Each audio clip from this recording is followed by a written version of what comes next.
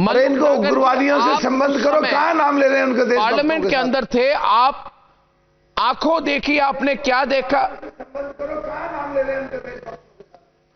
मलूक नागर जी आपने क्या देखा?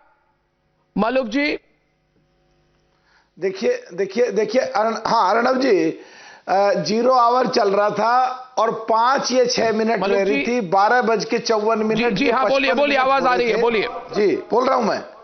विजुअल्स 12:54 या 55 हो रहे थे।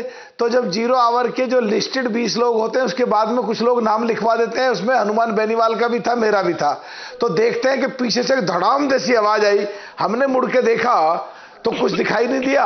तो जैसे ही एक ऊपर को उठ के चढ़ने लगा, दूसरा एक और कूदा, तो उसने लगातार 3-4 जंप लिए, पहली लाइन, दूसरी लाइन, तीसरी लाइन। आगे से हनुमान बेनीवाल भाग करके आया, साइड से मैं भाग करके आया, पकड़े और 4-5 एमपी और आए। और जैसे ही उसको पकड़ के पिटाई करने को थे, पकड़ने से पहले उसने जूता निकाला और जूते में से कोई चीज निकाली, और निकालने के बाद उसमें से धुआं निकला। इतने पकड़ के हम लोगों ने उसकी पिटाई शुरू करी। तो फिर वो 20-25 एमपी वहां आ गए। तो उसमें जो उस समय अर्णव जी ये लग रहा था कि आज सुबह जहां हम पुष्प चढ़ा के आए शहीदों पे और शहादत जिन्होंने दी है, और उस समय तो उन्होंने रोक लिए थे, आज तो ये अंदर आ गए, हो सकता है इन पे वेपन हो। तो हमारी कोशिश तो थी कि भाग करके किसी तरह उनको पकड़ लें जिससे वो वेपन ना चला पाए। अगर कुछ लोग बाहर भाग रहे थे सांसद, तो वेपन उन पे होता, वो तो भागते हो पीछे से मार देते। तो इसलिए हम लोगों ने भाग करके उनको पकड़ा, और पकड़ने के बाद उनकी पिटाई की। पिटाई करने के बाद फिर सिक्योरिटी वाले बाहर से आए, वो लेकर के गए। और दूसरे वाला जो था वो तो शायद तो वहां उठ नहीं पाया, उसको तो सिक्योरिटी वालों ने वहीं पकड़ लिया। पर वो पीछे से आगे की तरफ भाग रहा था जहां ऑनरेबल स्पीकर की कुर्सी है, जहां ऑनरेबल प्राइम मिनिस्टर और होम मिनिस्टर, सारे मिनिस्टर बैठ रहे हैं, उधर की तरफ भाग रहा था, पीछे की तरफ से आगे की तरफ। ये पिछली पुरानी लोकसभा है, उसमें बालकनी के रूप में आधी एमपी नीचे आते थे, उसके बैठते थे।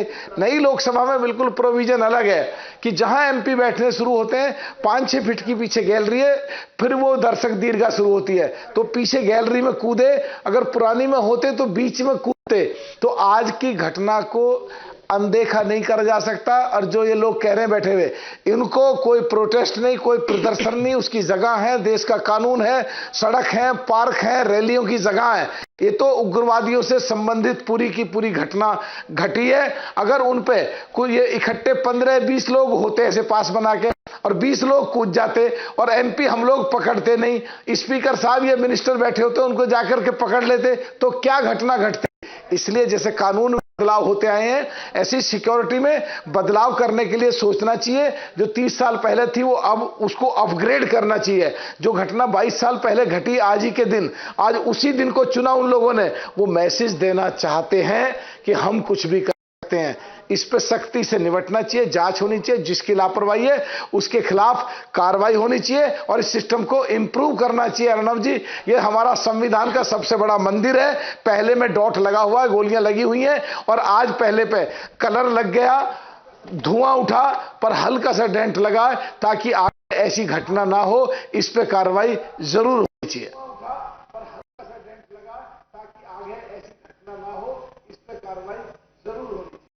बिल्कुल होनी चाहिए मलूक जी। जो आपने बात कही वही बात मैं श्याम सिंह यादव जी से पूछना चाहूंगा कि श्याम सिंह यादव जी, ये तो जाहिर सी बात है कि आज 22 साल हुए 2001 के अटैक के, और ये तो कोइंसिडेंस नहीं हो सकती, यानी कि सोच समझ के की गई अटैक है।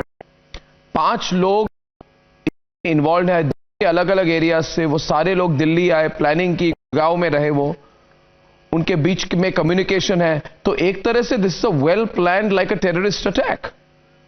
This is not an accident, this is not just a protest, this is a well planned terrorist attack. What I find very surprising Shyam Singh Yadav ji, जो 5 लेयर सिक्योरिटी है तो इतनी दूर तक पहुंच कैसे पाए?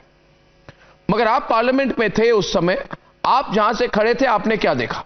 देखिए अर्णव जी, Parliament was running very smoothly. 0 hour was going on. I was looking towards the speaker. Suddenly I heard a great thud behind me. Then I saw one boy jumped from gallery and visitors gallery, and another then jumped after a few seconds. The boy, first boy, he had some device which was emitting the yellow gas type, and everybody was very scared, और किसी की हिम्मत नहीं थी जो पहले लड़के के पास जाए. And suddenly other boy, he started running towards speaker's chair. He had already decided if he takes the path of the gallery, then he will be caught sooner. Then he jumped from one table to another, but ultimately security people and a few honorable MPs caught hold of him. He was also having that device hidden in his shoes, that which automatically ignites and gives yellow smoke. And throughout the hall there was all smoke and smoke. I am happy that though this was an unfortunate incident, but they didn't carry any very dangerous weapons. Otherwise this would have been very black day again of Parliament. Certainly this is it is black day, because for BJP people, for ruling party people, it is like a trial balloon, as you told earlier. But for us, it is serious security threat, which should not be taken very lightly. Or before some time, like one other officer told in the debate, that there are 4 or 5 security layers, but daily I see only one layer is practical, effective. We don't know 4 or 5 layers of security. They don't involve themselves. They are not serious about their security concerns, I must say.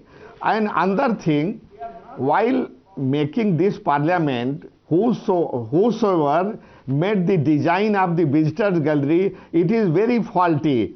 If something is not done to have some ceiling, to have some jali in visitors gallery, it will invite more such type of cases. I say so. It will invite more such type of cases. And one thing more, we should not do politics in this matter. I don't blame the MP who signed for the pass, because any MP, he to the best of his knowledge, he verifies the antecedents of the visitors, and there is a security check again. If they don't do properly security, then there is no fault of MP, I must say so.